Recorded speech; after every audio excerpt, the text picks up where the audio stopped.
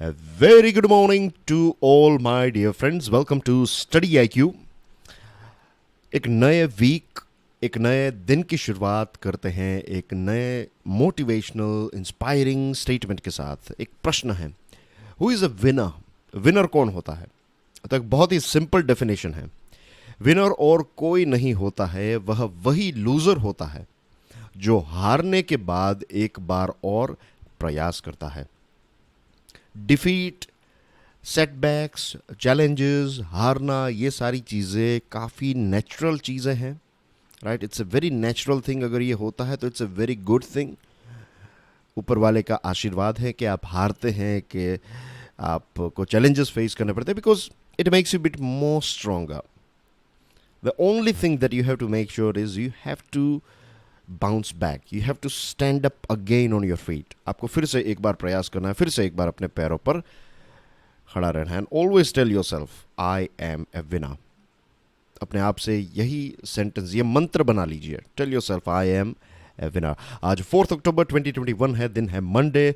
हमारे टेबल के ऊपर है 5 इंपॉर्टेंट आर्टिकल्स। क्विकली एक ओवरव्यू दे दूँ तो इंडिया चाइना के बारे में, इकोनॉमी के बारे में, north stream 2, food system, air India के बारे में बात करने वाले हैं। प्लीज़ मेक श्योर कि आप इस लेक्चर को दूसरे स्टूडेंट्स के साथ शेयर करें। वीडियो पसंद आता है then hit the like button. अगर आप यूपीएससी की प्रिपरेशन कर रहे हैं तो भारत की बेस्ट फैकल्टीज़ ने मिलकर एक complete online smart course design किया है। कोर्स के बहुत सारे इंटरेस्टिंग फीचर्स हैं, सब्जेक्ट्स, डेमो वीडियोस देखना चाहते हैं, प्राइस के बारे में जानना चाहते हैं, सारी इन्फॉर्मेशन आपको हमारी वेबसाइट या फिर मोबाइल ऐप के ऊपर से मिल जाएगी। लॉक्ड इन ए स्टेलमेंट, एक लंबे समय से भारत और चाइना के बीच में एक इश्यू चल रहा है, लाइन ऑफ एक्चुअल कंट्रोल यानी कि LAC के ऊपर इश्यू चल रहा है। और इसके साथ जुड़ी हुई बहुत सारी इन्फॉर्मेशन, बहुत सारी चीज़ें हमने ऑलरेडी डिस्कस कर ली हैं। अब लेटेस्ट जो चीज़ें हो रही है उसके बारे में अगर बात करें तो दोनों देशों के बीच में ये 13th राउंड ऑफ टॉक्स हैं, वो जो आने वाले फ्यूचर में होने वाला है। 1988 से लेकर अभी तक की सिचुएशन, ये लगभग पिछले आप पकड़ लीजिए 30 इयर्स की बात करें तो इन 30 सालों के अंदर इतना ख़राब रिलेशनशिप दोनों देशों का कभी नहीं रहा है। हाल ही में चाइना के फॉरेन मिनिस्ट्री ने पता है क्या कहा? उन्होंने ये कहा, ऑफिशियली चाइनीज़ फॉरेन मिनिस्ट्री ये कहती है कि इंडिया जो है, इंडिया ने चाइनीज़ टेरिटरीज़ में आने की कोशिश की, इलीगल ट्रेसपास किया, और इसकी वजह से ये पूरा इश्यू जो है वो चल रहा है। Now the whole world knows. देखिए कि ऐसा नहीं है कि हम भारत के हैं इसलिए हम भारत के बारे में अच्छी अच्छी बातें कर रहे हैं।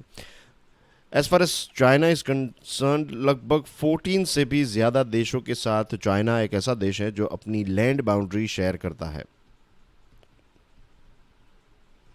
कितने? 14 से भी ज़्यादा देशों के साथ। अब मैं चाहता तो यहाँ पर चाइना का मैप भी ऐड कर सकता था, लेकिन आई वॉन्ट यू गाइज, मैं चाहता हूँ कि जो नए स्टूडेंट्स हैं उनके लिए और जो regular students, I want you guys as well to revise the map of China. अपनी एटलास खोलिए या फिर इंटरनेट के ऊपर देखिए चाइना के मैप को और स्टार्ट कीजिए, क्लॉकवाइज स्टार्ट कीजिए, राइट? Start with 12 o'clock। ऊपर कौन सा देश, मीन्स यहाँ पर कौन सा देश है चाइना के, फिर 3 PM या फिर 3 o'clock, right? Then 4 o'clock, 5 o'clock, 6 o'clock, ऐसा देखते रहिए पूरा एक सर्कल, स्टार्ट फ्रॉम 12 o'clock।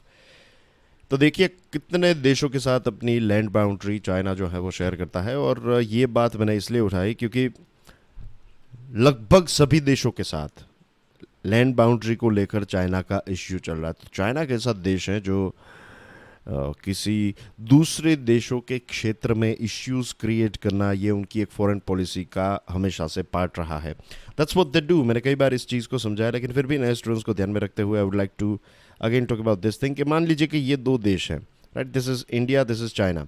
तो चाइना क्या करेगा? आपके या फिर हमारे देश के जो एरिया के अंदर घुस जाएगा और यहाँ पर प्रॉब्लम क्रिएट करेगा।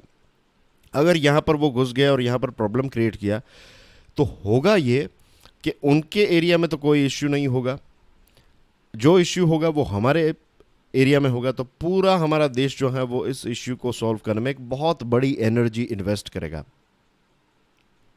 तो हमारे रिसोर्सेज, हमारा वक्त, ये सारी चीज़ें जो हैं वो बर्बाद यहाँ पर होते हैं, और ये एक प्रकार की उनकी राइवलरी की एक टैक्टिक है। New Delhi, in turn, reminded Beijing that it was its provocative behavior and embarrassing of troops in April 2020 following annual military exercises that led to the flash points.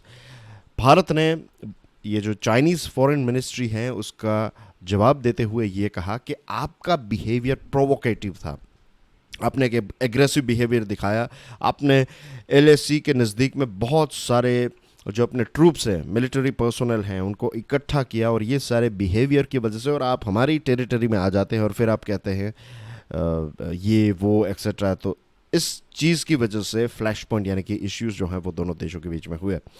China के जो ambassador हैं भारत में, सन Weidong, उनका कहना यह है कि China और भारत के बीच में जो रिलेशनशिप हैं, जो बायलैटरल यानी कि द्विपक्षीय संबंध जो हैं, तो इसमें इसकी बहुत सारी ब्रांचेस हैं।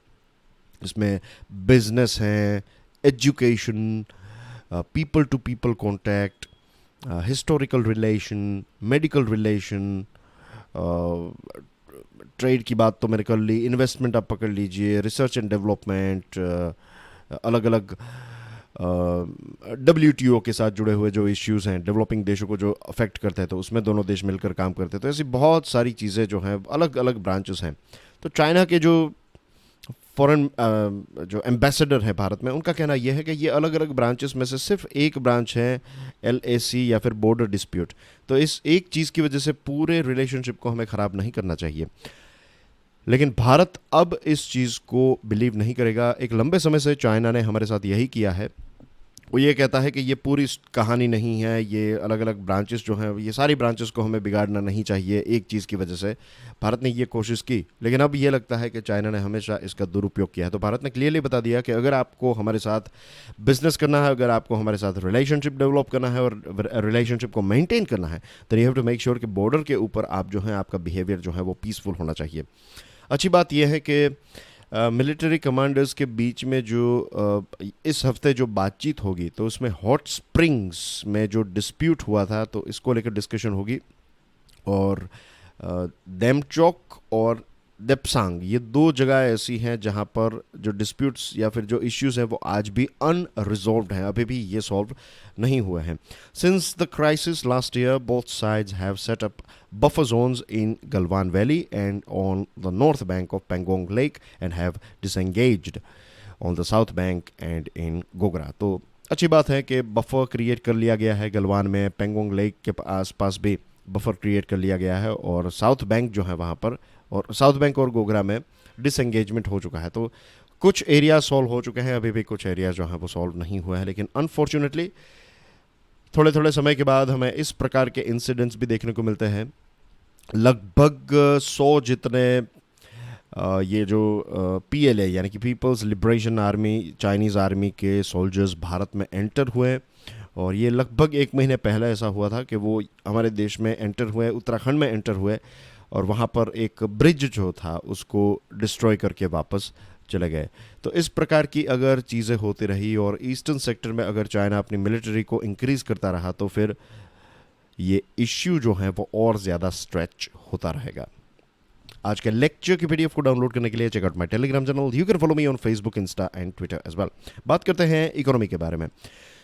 दो मैक्रो इकोनॉमिक यानी कि नेशनल लेवल के बड़े पिक्चर को अगर हम देखें तो दो जगह से हमें डेटा मिलता है। एक है इंडेक्स ऑफ 8 कोर इंडस्ट्रीज, और सेकंड जो है ये IHS मार्केट सर्वे बेस्ड परचेजिंग मैनेजर्स इंडेक्स, मैं यहाँ पर इसको PMI कहूँगा। तो ये जो 8 कोर इंडस्ट्री का इंडेक्स सामने आया है, उसमें ये पता चला है कि इसमें 8 चीज़ें हैं। From the name itself you can understand. तो कोल टू फर्टिलाइज़र, ये कोल, फर्टिलाइज़र, ये सारी चीज़ों में, नेचुरल गैसेस में आ गया, राइट, इलेक्ट्रिसिटी हैं, ये सारी चीज़ों में, स्टील प्रोडक्शन, तो ये सीमेंट, ये सारी चीज़ों में एक मीन्स ओवरऑल ये 8 कोर इंडस्ट्री का डेटा ये कहता है कि आउटपुट जो है ये 11.6% कंपेयर टू लास्ट अगस्त 11.6% एक्सपांशन हमें देखने को मिला है। तो that's a very interesting, that's a very good sign, that indicates कि चीज़ें जो हैं, ये सारी चीज़ें, जब कोयला ज़्यादा इस्तेमाल होता है, दैट मीन्स आप ज़्यादा इलेक्ट्रिसिटी पैदा कर रहे हैं, आप ज़्यादा मैन्युफैक्चरिंग कर रहे हैं, फर्टिलाइज़र का ज़्यादा इस्तेमाल होता है, दैट मीन्स खेती बाड़ी एक्सपांड हो रही है, fertiliser manufacturing sector means factories में बनाया जाता है, दैट मीन्स ज़्यादा उसकी डिमांड आ रही है, फिर स्टील ज़्यादा बनता है, दैट मीन्स कंस्ट्रक्शन की एक्टिविटी हो रही है, इलेक्ट्रिसिटी ज़्यादा इस्तेमाल होती है, दैट मीन्स कि यू आर हाउस होल्ड और कॉमर्शियल प्रॉपर्टी और इंडस्ट्रियल और सर्विस सेक्टर सभी कोई इलेक्ट्रिसिटी का इस्तेमाल ज़्यादा कर रहे हैं. देन स्टील आ गया, तो स्टील में भी same thing, cement again the same thing, construction and infrastructure की एक्टिविटीज़ जो हैं वो चल रही है, लोग नए मकान बना रहे हैं, नई बिल्डिंग्स बन रही हैं. तो ये सारे सेक्टर का आउटपुट जब अच्छा होता है, फिगर जब पॉजिटिव में आता है, दैट मीन्स के चीज़ें रिकवरी की तरफ है. सेकंड, परचेजिंग मैनेजर्स इंडेक्स, उसके बारे में भी बात करेंगे, वो क्या होता है वो भी मैं आपको समझाऊंगा. अब ये जो 8 कोर इंडस्ट्री हैं उसमें इलेक्ट्रिसिटी और स्टील प्रोडक्शन, इलेक्ट्रिसिटी का ग्रोथ कितना हुआ, 15.3%, डबल डिजिट में है. स्टील प्रोडक्शन का 5.1%, और इलेक्ट्रिसिटी का वेट कितना है इंडेक्स में, 20%, स्टील प्रोडक्शन का 18%. तो लगभग वी आर टॉकिंग अबाउट 38% वाली दो आइटम्स. एक एक अगर आप पाई चार्ट बनाएं तो उसमें लगभग 38% चीज़ें कवर करने वाली दो आइटम्स जो हैं वो एक्सपांड हुई. एक आइटम डबल डिजिट से एक्सपांड हुई, फिर तीसरी जो आइटम है नेचुरल गैस, उसका भी काफ़ी अच्छा एक्सपांशन हुआ. दैट इटसेल्फ इंडिकेट्स कि रिकवरी काफ़ी हो रही है. Refinery products the largest constituents of the index. आपको ऐसे प्रश्न पूछे जाते हैं कि एज कोर इंडस्ट्री में सबसे ज़्यादा वेट किसका है, तो refinery products the largest constituent of the index recorded 9.1% growth over August 2020 with the gradual easing of pandemic related restrictions. Of course, refinery products में आपका ऑयल आ गया, फ्यूल आ गया, डीजल, पेट्रोल, नाफ्ता, जो भी अलग अलग फ्यूल्स हैं, तो रेस्ट्रिक्शंस खत्म हुए, इसकी वजह से फिर एक्टिविटीज़ बढ़ने लगी एंड इसकी डिमांड जो है वो ज़्यादा बढ़ने लगी. एक इंटरेस्टिंग चीज़ जो हमें इस इंडेक्स में से पता चलती है वो ये है कि डीजल का कंजम्पशन जो है वो थोड़ा कम हुआ है. तो that is a matter of concern, because diesel का कंजम्पशन जब कम होता है, देखिए सबसे ज़्यादा डीजल का इस्तेमाल कौन करते हैं, ट्रक्स, बसेस, राइट, इसका फिर your trains as well, but trucks and buses जो हैं वो सबसे ज़्यादा इसका इस्तेमाल करते हैं. तो जब इसका कंजम्पशन कम होता है, दैट मीन्स के ट्रांसपोर्टेशन जो है compare to normal times transportation थोड़ा कम चल रहा है. अब पीएमआई इंडेक्स जो है मैन्युफैक्चरिंग वाला, ये परचेजिंग मैनेजर्स, इसमें 3 प्रकार के आते हैं.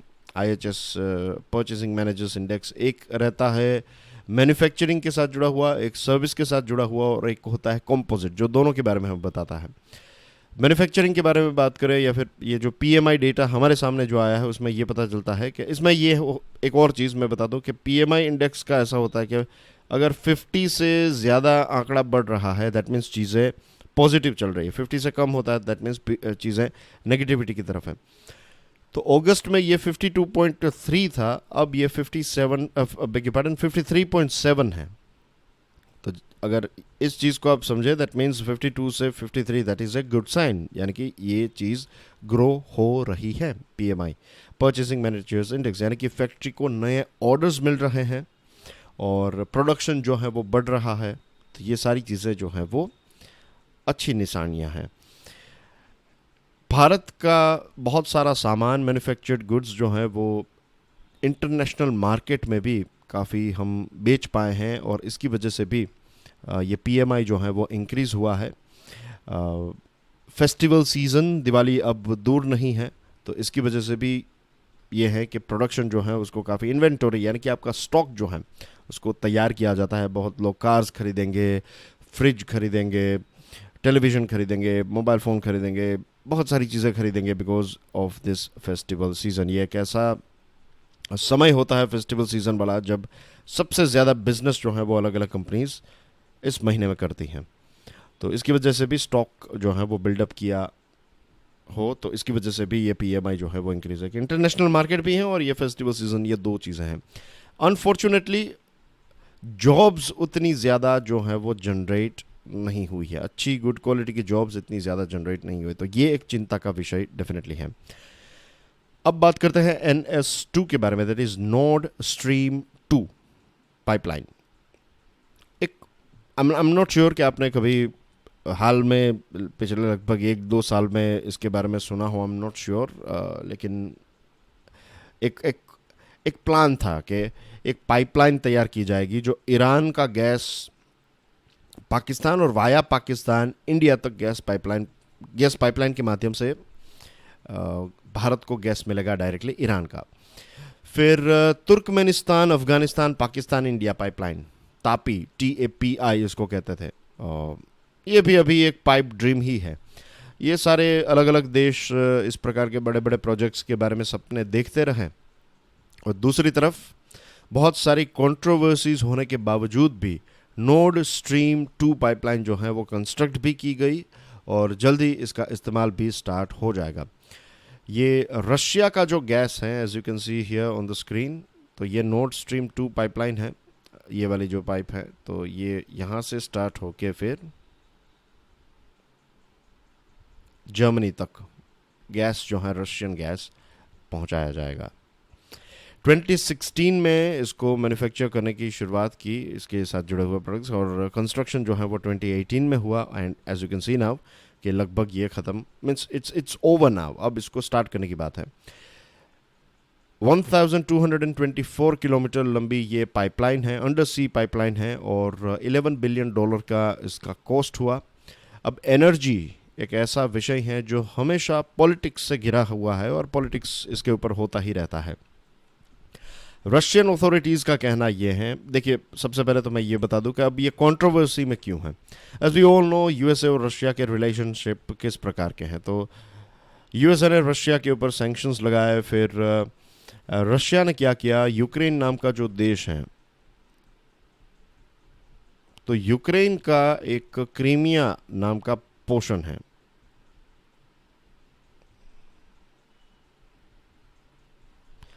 ये क्रीमिया जो है उसको I think it was in 2014, अभी एग्जैक्ट मुझे ईयर याद नहीं आ रहा, ये ऑल ऑफ द सडन मैं आपके साथ एक चीज़ डिस्कस कर रहा हूँ। तो I think it was in 2014 जब रशिया ने यूक्रेन का ये क्रीमिया वाला पोर्शन जो है उसको टेक ओवर कर लिया, उसको हड़प लिया, उसको अपने कंट्रोल में ले लिया मिलिट्री का इस्तेमाल करते हुए। और फिर दुनिया ने काफ़ी, यूक्रेन एक नेटो देश है, तो ऑफ कोर्स यूएसए की तरफ एक प्रकार का झुकाव है इसका, और रशिया के साथ अपनी बॉर्डर शेयर करता है। तो ये सारे इश्यूज़ की वजह से सैंक्शंस काफ़ी लगाए गए, और ये नॉर्ड स्ट्रीम 2 और दूसरे बहुत सारे ऐसे बिजनेसेस जो हैं, ऐसे बड़े बड़े प्रोजेक्ट्स के ऊपर सैंक्शंस लगाए गए। लेकिन फिर भी जर्मनी जो है उसका कहना ये था कि देखिए हमारी एनर्जी सिक्योरिटी के लिए we have to buy energy, हमें अलग अलग देशों से एनर्जी परचेज करनी पड़ती है, और अगर हमें कहीं पर एक अच्छी डील मिलती है then we have to buy it. हम ऐसा नहीं कर सकते कि हम रशिया के साथ, रशिया के पास अगर इतना अच्छा गैस है तो we can not let it go because of your sanctions.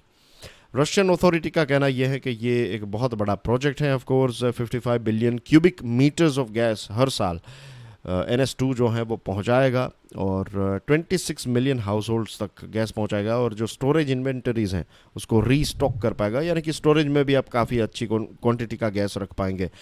अब हाल ही में यूरोप की बात करें तो यूरोप में गैस की प्राइस काफ़ी ज़्यादा इंक्रीज़ हुई हैं, पर 1000 क्यूबिक मीटर की प्राइस $1000 से भी ज़्यादा हो चुकी हैं। तो पूरी सप्लाई चेन जो है उसके ऊपर इसकी इम्पैक्ट हो सकती है, चाहे वो मैन्युफैक्चरिंग हो, चाहे फूड सप्लाई चेन हो, हर एक चीज़ की कीमत जो है वो बढ़ सकती है।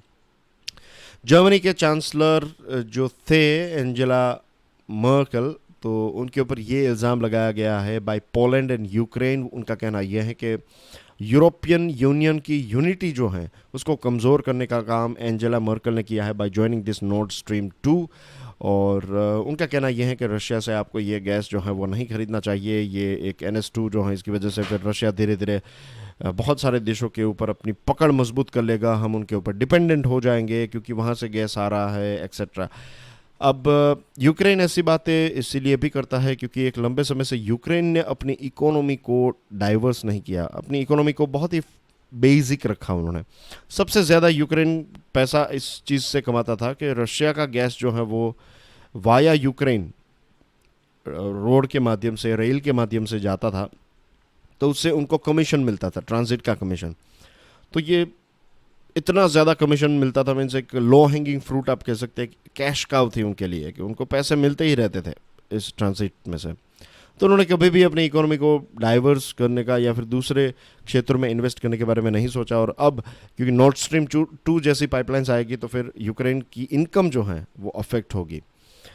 तो इस आर्टिकल में ये भी कहा गया है कि जर्मनी जैसे देश ने यूक्रेन को ये कहा है कि हम आपको कुछ पैसे देंगे, let's start hydrogen, green hydrogen production, उसके ऊपर काम करते हैं। यूक्रेन थोड़ा रेजिस्ट कर रहा है, लेकिन लॉन्ग टर्म की बात करें तो यूक्रेन के लिए यही एक अच्छी ऑफर है कि वो अपनी इकोनॉमी को थोड़ा डाइवर्स करें और हाइड्रोजन, ग्रीन हाइड्रोजन के ऊपर अगर जर्मनी से थोड़ा उनको पैसा और सपोर्ट मिलता है तो फिर इसका इस्तेमाल करके इसमें आगे बढ़े। Reimagining food systems with lessons from India, काफ़ी इंटरेस्टिंग आर्टिकल है। पहली और हिस्टोरिक समिट हुई, सितंबर की बात है ये, और इसका नाम है United Nations food systems summit, UNFSS। ये चीज़ आपको याद रखनी है। ये फर्स्ट और हिस्टोरिक मीटिंग सितंबर 2021 में हुई। इसमें यूनाइटेड नेशन सिक्योरिटी काउंसिल के, अब के pardon, United Nations secretary general जो हैं एंटोनियो गुटरेस साहब, उन्होंने फूड के बारे में बताया कि फूड सिक्योरिटी के बारे में, और उन्होंने हंगर के बारे में भी बात की कि कैसे ज़्यादा फूड का प्रोडक्शन जो है that's not the only solution, distribution is also very important. तो ये चीज़ों के बारे में UNFSS में थरो डिस्कशन हुई। इसके अलावा it's very interesting to find this thing कि जो सस्टेनेबल डेवलपमेंट गोल्स हैं जो पूरी दुनिया 2030 तक अचीव करेगी, उसमें टोटल 17 गोल्स है, और 17 गोल्स में से 11 गोल्स जो हैं वो फूड सिस्टम के साथ जुड़े हुए हैं। It's very interesting isn't it कि फूड एक बहुत ही इंपॉर्टेंट, जस्ट इमेजिन के 17 में से 11 ऐसे गोल्स हैं जो फूड के साथ जुड़े हुए हैं। नाव आपको याद होगा कि फ्राइडे की बात है, लास्ट फ्राइडे हमने माल न्यूट्रिशन के बारे में बात की थी। ह्यूमन रिसोर्स, ह्यूमन कैपिटल के पॉइंट ऑफ व्यू से हमने चीज़ों को समझा था कि वाई फूड सिक्योरिटी या फिर नरिशमेंट जो है, न्यूट्रिशन जो है वो बहुत इंपॉर्टेंट। वी टॉक्ड अबाउट पोषण, रिमेंबर, PM पोषण। तो why the food systems summit and what is the expectation from its outcome. Global food systems are in a state of crisis in many countries, affecting the poor and the vulnerable. खास करके Covid के बाद हमने देखा कि बहुत सारे लोगों की जॉब्स चली गई, बिजनेस बंद हो गए, तो इनकम कम होने की वजह से प्लेट के ऊपर जो फूड है वो कम हुआ है। तो इसकी वजह से फूड क्राइसिस बढ़ी है। दूसरी चीज़, क्लाइमेट चेंज की वजह से प्रोडक्शन डिस्ट्रॉय हो रहा है। अभी it was last फ्राइडे की बात है कि late evening one of my uncle visited us, और उनके पास ज़मीन है गांव में।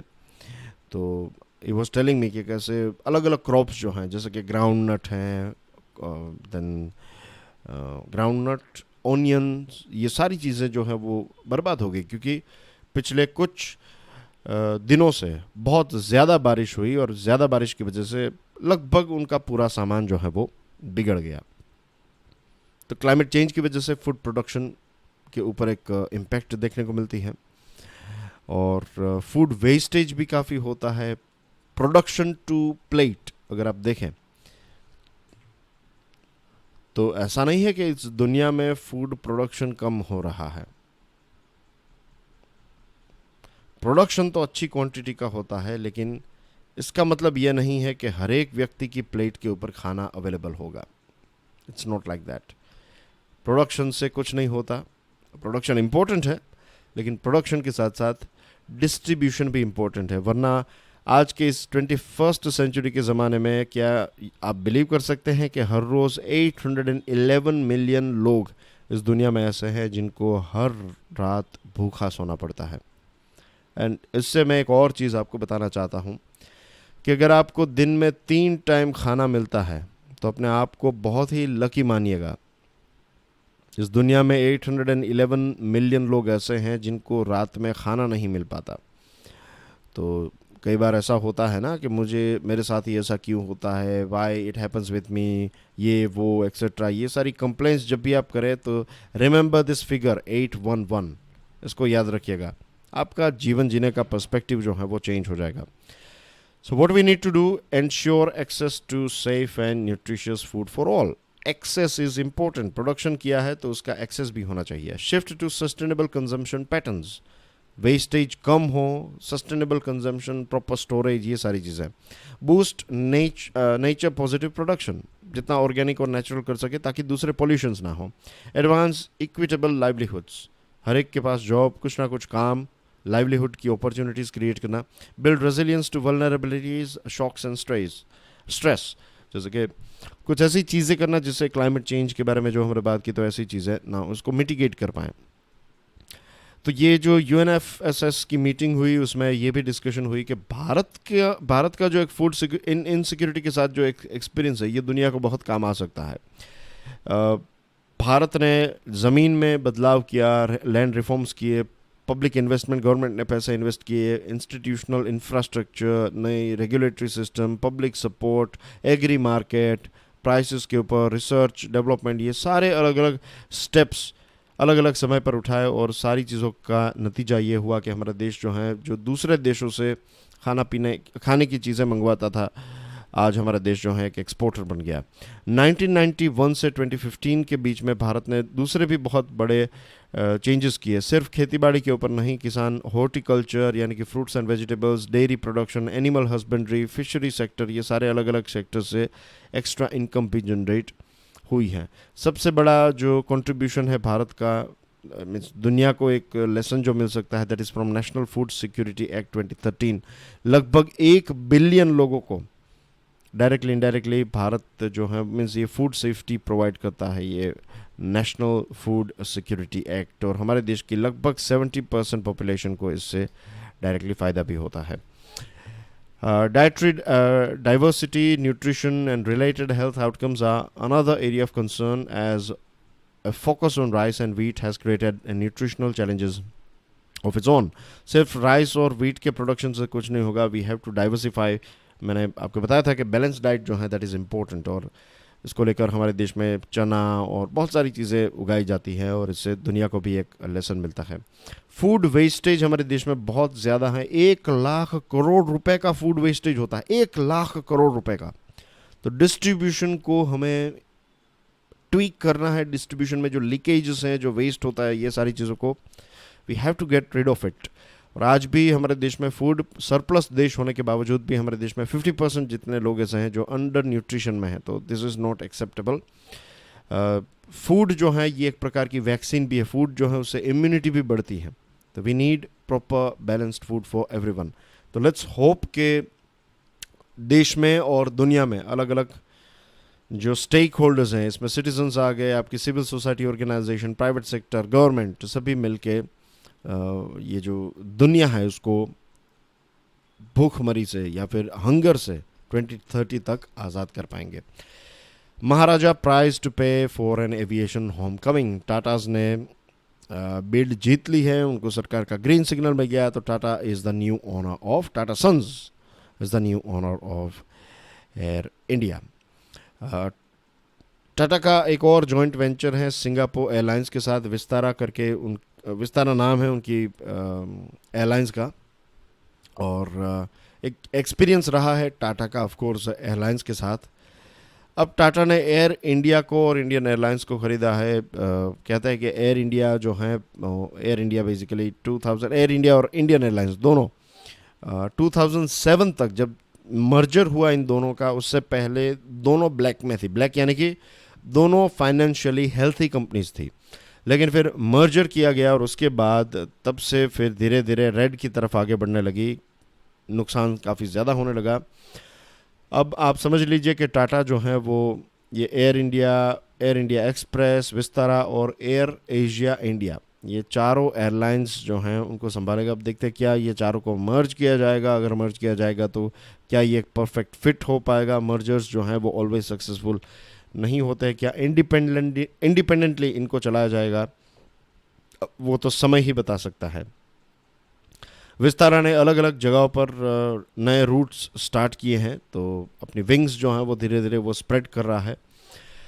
सबसे एक इम्पॉर्टेंट चीज़ जो टाटा को करनी पड़ेगी वो ये है कि मिनिस्ट्री ऑफ सिविल एविएशन यानी कि सेंट्रल गवर्नमेंट का इंटरफियरेंस इसमें कम से कम हो। That is something that is very important for the success of Air India. फिर एयर इंडिया के बारे में ये कहते हैं कि ये दिल्ली सेंट्रिक ऑपरेशंस और स्टाफ अप्रोच है। तो कुछ ऐसे एफिशिएंट स्टाफ को आपको देश के अलग अलग कोनों में, दुनिया के अलग अलग कोनों में भी सेंड करना पड़े, तो उसके लिए भी तैयारी दिखानी होगी। सेफ्टी के ऊपर जोर देना होगा। एयर इंडिया की सेफ्टी के बारे में इतना कोई खास सेफ्टी में इतना कोई खास नाम नहीं है। Safety is one of the most important thing in airlines. Spare parts में भी मेंटेनेंस और ये सारे इश्यूज़ भी एयर इंडिया के काफ़ी रहते हैं, इसकी वजह से भी काफ़ी ज़्यादा नुकसान हुआ है। लेकिन आई होप कि जब I am just hoping right, इसमें कोई मेरी एक्सपर्टीज़ तो है नहीं, एविएशन सेक्टर में कोई ऐसा तो नहीं है कि 10-15 साल काम किया हो, बट जो भी कुछ पढ़ा है, जो भी कुछ समझा है, थोड़ा बहुत ट्रैवल किया है, तो उससे ये पता चलता है कि जब एक प्राइवेट कंपनी इसको टेक ओवर करेगी और टाटा जैसी एक कंपनी तो एक नई टीम लेकर आएगी और इतने पैसे खर्च कर रही है टाटा, तो डेफिनेटली वो इसमें से प्रॉफिट भी कमाना चाहेगी। तो एक नए जुनून के साथ इसको रिस्टार्ट किया जाएगा। आई होप कि इसको हम एक वर्ल्ड क्लास, जैसे एक ब्रिटिश एयरवेज़ है जिसका एक नाम है, ब्रिटिश एयरवेज़ का क्वालिटी में नाम है, तो ऐसा नाम हम कर पाए। एयर इंडिया एक ऐसी एयरलाइन बने कि जिसके ऊपर लोगों का विश्वास हो, लग्जरियस भी हो, एफोर्डेबल भी हो, उसका एक राइट बैलेंस हो और सेफ हो, टाइम को अच्छी तरीके से, पंक्चुअलिटी इसकी काफ़ी अच्छी, ये सारी चीज़ें आज के ज़माने में, और ग्रीन हो, दैट इज़ ऑल्सो इम्पोर्टेंट कि ग्रीन एयरलाइन हो। तो आई होप कि ये सारी चीज़ों को ध्यान में रखते हुए एयर इंडिया को फिर से स्टार्ट किया जाएगा। और कहते हैं कि इंडियन एडमिनिस्ट्रेटिव सर्विस के ऑफिसर्स को यहाँ पर बिठाने की वजह से ही ये डिज़ास्ट्रस रिजल्ट्स देखने को मिले हैं। जिनकी एक्सपर्टीज़ नहीं है उनको यहाँ पर नहीं बिठाना चाहिए। प्राइवेट प्लेयर्स जिनकी एक्सपर्टीज़ हैं, जिनको बिजनेस करना आता है, उनको यहाँ पर आप बिठाइए। That's everything as far as articles are concerned. ये है कुछ न्यूज़ आइटम्स। प्लीज़ पीडीएफ को डाउनलोड करने के बाद इसको देख लीजिएगा। फ्राइडे को जो प्रश्न पूछा था उसका आंसर है गोल्ड। आज आपके लिए एक नया प्रश्न भी है। And that's everything from my side. I will see you tomorrow 8 AM. Till then, enjoy your studies. God bless you all. Jai Hind.